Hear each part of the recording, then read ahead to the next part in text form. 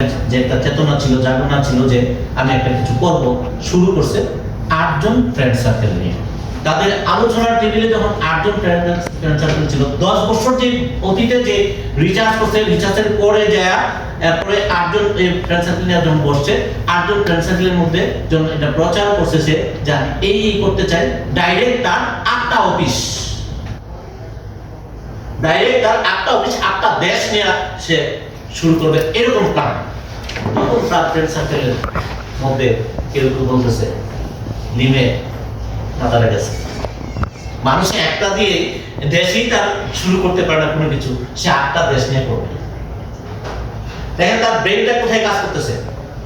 শুরু থেকে তার প্ল্যান ওয়ার্ল্ড নিয়ে, শুরু থেকে তার প্ল্যান ওয়ার্ল্ড নিয়ে, ওয়ার্ল্ডে তার এটা প্রচার করবে, ওয়ার্ল্ডে তার কার্যক্রম বৃদ্ধি করবে, ওয়ার্ল্ডে তার ওয়ার্ল্ডের সমস্ত মানুষকে মাশরুম খাওয়াবে, এইগুলো তার টার্গেট। সেই টার্গেট নিয়ে কাজ শুরু করছে। অনেকেই বন্ধু বান্ধব ছিল, অনেকেই ছিল না, যারা চলে গেছে গেছে, আর যারা আছে তাদের মধ্যে এখন মাত্র 2 জন আছে।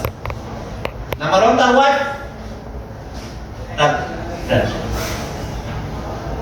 এই 2 জন নিয়ে এখন সারা পৃথিবীতে এটা প্রতিষ্ঠান। ডিএক্সএল এমন একটা জগৎ, এমন একটা প্ল্যাটফর্ম, এমন একটা প্রোডাক্ট।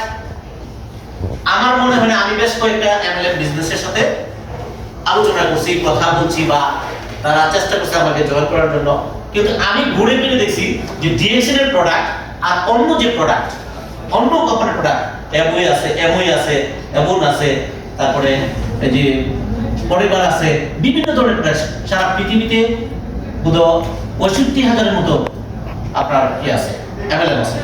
তার ভিতরে বর্তমানে এই ডিএক্সএল এর পজিশন 10-এর নিচে আছে। তার টার্গেট অন্তত 26-27-এর মধ্যে নাম্বার 1-এ আসার জন্য। জুড়ে একটা কাতালের কথা।